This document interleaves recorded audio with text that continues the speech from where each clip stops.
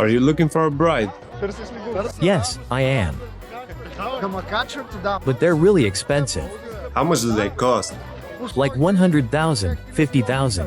That's crazy. Que des hommes puissent, sur un marché, acheter de très jeunes femmes pour les épouser, cela sonne comme un sombre retour au Moyen-Âge. Et pourtant, un tel marché existe encore aujourd'hui, et qui plus est, en plein cœur de l'Europe. Et c'est précisément celui-ci que nous allons vous faire découvrir aujourd'hui. Le marché en question est celui de Stara Zagora, en Bulgarie, qui a traditionnellement lieu chaque année au printemps. Depuis des siècles, autour de la fête bulgare de Todorovden, des milliers de Kalaïtchi roms affluent de tout le pays vers une place proche de la ville, principalement des hommes célibataires ainsi que des parents accompagnés de leurs filles. Avant de se rendre au marché aux mariés, les jeunes femmes sont soigneusement apprêtées, car de jolies robes, des chaussures élégantes, des bijoux et des accessoires ne font pas seulement augmenter leurs chances d'être choisies par un homme, mais font aussi grimper leur prix. Les hommes aussi se mettent sur leur 31 avant de se rendre au marché, car ils veulent faire bonne impression auprès de leurs futures épouses et surtout de leur famille. Celui qui arrive avec la voiture la plus chère possible, de grosses chaînes en or, des bagues et une montre de luxe affiche, dans la culture des Kalaïtchi roms, un signe ostentatoire de richesse et augmente ses chances de conclure une bonne affaire sur le marché. Pour les Kalaïtchi roms très traditionnels, pour qui il est considéré comme une honte d'épouser quelqu'un en dehors de leur propre communauté, le marché aux mariés est l'un des événements les plus importants de l'année. En effet, les familles strictes ne tolèrent normalement pas que des adolescents, garçons et filles, se rencontrent seuls. Ainsi, certains hommes viennent ici aussi simplement pour flâner et observer. Comme par exemple ces trois amis qui ont parcouru une longue distance, même si leur budget ne leur permet probablement pas d'acheter la femme de leurs rêves. I can spend 10,000 the most. And 2 lambs. And a case of beer. Les 10 000 lèvres que le jeune homme vient de mentionner correspondent à peine à environ 5 000 €. Et pour cette somme, comme il a pu le constater, il ne trouvera pas ici de femmes correspondant à ses attentes. En réalité, on peut obtenir certaines de ces femmes, ou plutôt de ces jeunes filles adolescentes, à partir d'environ 2 500 €. Mais pour ce prix, il faut généralement faire tellement de concessions qu'une mariée dans cette gamme ne pourra guère satisfaire les parents conservateurs. Aussi étrange que cela puisse nous paraître, dans la culture des Kalaïtchi roms, il existe en effet des critères précis qui influencent fortement le prix. Et on en parle ici aussi ouvertement que lors de l'achat d'une voiture d'occasion.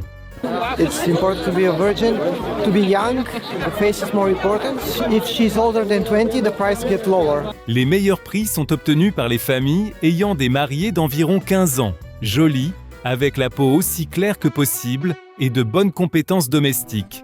Pour les préparer au mariage et obtenir plus tard un bon prix pour leurs filles sur le marché aux mariés, la plupart des familles les retirent donc de l'école au plus tard après la 8e année, afin de les former à domicile pour devenir de bonnes épouses, parfois même dès la fin de l'école primaire. Si cela réussit, cela peut être rentable pour les familles. Pour des femmes de haute qualité, les hommes ou leurs familles sont prêts à payer plus de 10 000 €. Les soi-disant mariés d'élite peuvent de même rapporter 50 000 €, voire dans certains cas plus de 100 000 €. Une telle mariée, racontent les Roms sur le marché, doit toutefois ressembler à une actrice de cinéma, grande, évidemment vierge, avec de longs cheveux et des dents parfaitement blanches. Tout cela semble évidemment choquant, et ça l'est probablement pour tous ceux qui ne font pas partie de la communauté Kalaïtchi. Mais en observant le marché aux mariés, on se rend compte qu'il ne s'agit pas seulement d'un marché aux bestiaux. Il y a aussi un côté rencontre amoureuse, car les femmes ne sont pas simplement vendues aux plus offrants et emmenées comme de la marchandise. C'est plutôt que des hommes et des femmes célibataires viennent ici avec leur famille et que chacun essaie de se montrer sous son meilleur jour afin de trouver un bon partenaire pour la vie. Mais selon des organisations de défense des droits humains, tout cela est en partie considéré comme de la traite d'êtres humains. En effet, les femmes ne peuvent, à proprement parler, pas refuser de participer au marché. Elles doivent y participer, même si elles sont encore mineures, et se présenter comme une marchandise aux yeux des autres. Et même si quelqu'un offre beaucoup d'argent et est très riche, il arrive souvent que les parents forcent la jeune fille à accepter un mariage, alors qu'elle n'a absolument aucun intérêt pour le partenaire. Mais venons-en peut-être à la question la plus importante. Comment, concrètement, une femme est-elle acquise par un acheteur intéressé sur le marché aux mariés ? Dès qu'un homme montre un intérêt clair pour une femme, il peut commencer à faire une offre, et cela auprès des parents.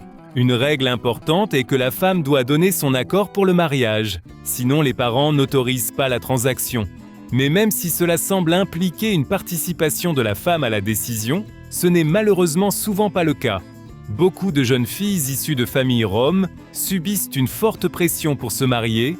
Si elles quittent le marché aux mariés sans homme, elles sont souvent mises à l'écart par les femmes plus âgées de la famille.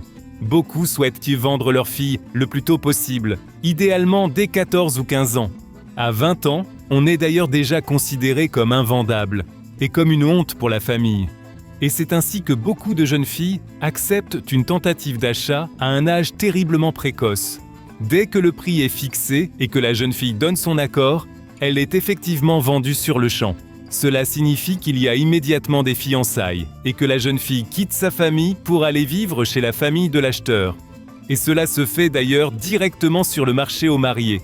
Juste après la négociation, les fiançailles du couple sont célébrées entre les familles et le soir, la mariée monte généralement directement dans la voiture avec la famille du marié pour rentrer chez eux.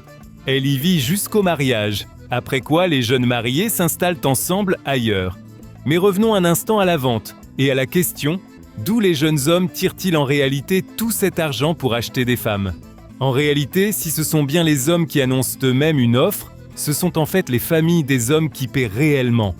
Souvent, les jeunes hommes avancent même des sommes très élevées, mais leurs familles ne peuvent pas toujours les régler et la vente échoue.